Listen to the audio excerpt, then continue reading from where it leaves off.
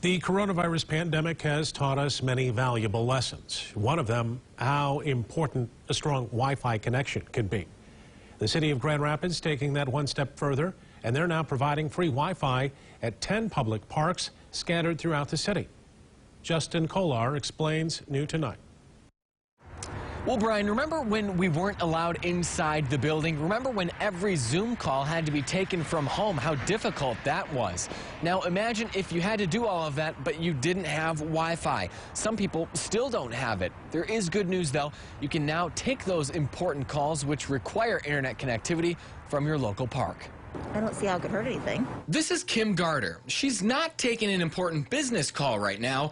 She's playing Pokemon Go, using the city's public Wi-Fi to do it. Well, I do have a bunch of friends that I meet with up here every Wednesday. We go to a bunch of different raids together. And Grand Rapids Parks and Rec Director David Marquardt says that's totally okay. There's really two things I feel like we've learned with this virus, this pandemic that we're operating in. And the first is that there's a great deal of connectivity that's needed for learning, for making appointments, for healthcare reasons, for work.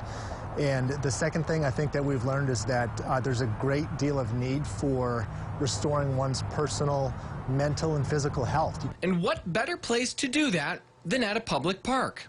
We're trying to find as many ways as possible to provide greater connectivity to internet services where it's most needed in our city. Funding for this project came from the CARES Act, dollars passed down from the federal government to help with COVID relief. It's currently available at 10 parks scattered throughout the city, including Anabawan Park and Martin Luther King Park. But so far what we've been seeing is a great deal of success, and with that I anticipate continuing this program, perhaps even expanding it. But it won't last forever. It's only a one-year pilot project which will end in December, unless the city votes to keep it long-term. So whether you're trying to catch them all or just trying to catch a meeting, a city park might be the perfect place for both. It's my new friend group, if you will. It's really easy to use, Brian and Sue, but there are a few things you should know before you try to get connected. There is a user cap. 50 people are allowed to be connected to each Wi-Fi hotspot at each park throughout the city. The Wi-Fi does extend to cover the entire radius of each park, but those connections do close with each park at night. So if you're trying to live stream the show right now, you'll have to use your data to do that. We're reporting downtown Grand Rapids this evening. Justin Kolar, News 8.